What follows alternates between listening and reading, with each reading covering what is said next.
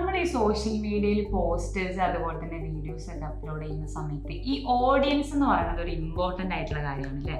നമുക്കറിയാം ഈ ഓഡിയൻസ് ഇല്ലാണ്ട് നമ്മൾ എത്ര വീഡിയോസും പോസ്റ്റേഴ്സും ഇട്ടിട്ട് ഒരു കാര്യം ഉണ്ടാകാൻ പോകുന്നില്ല.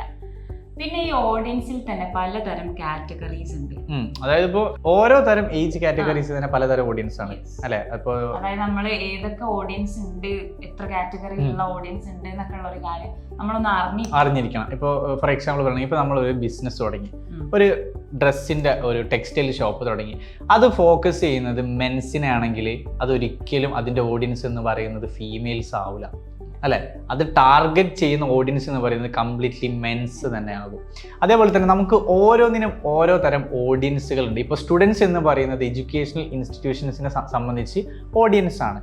ലൈക്ക് അങ്ങനെ ഒരുപാട് ആളുകളാണ് പല ബിസിനസ്സിൻ്റെയും ഓഡിയൻസ് കാറ്റഗറി എന്ന് പറയുന്നത്.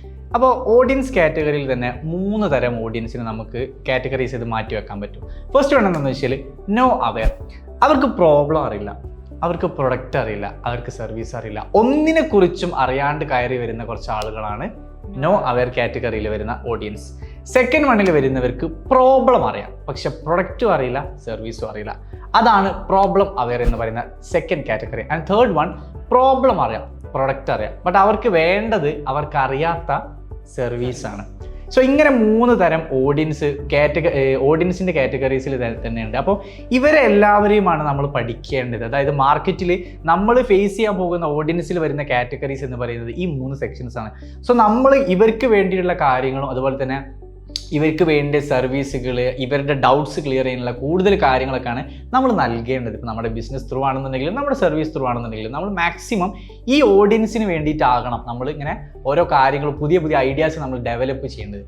സോ ഇത്ര മാത്രം നിങ്ങൾ ജസ്റ്റ് ഒന്ന് ശ്രദ്ധിക്കുക.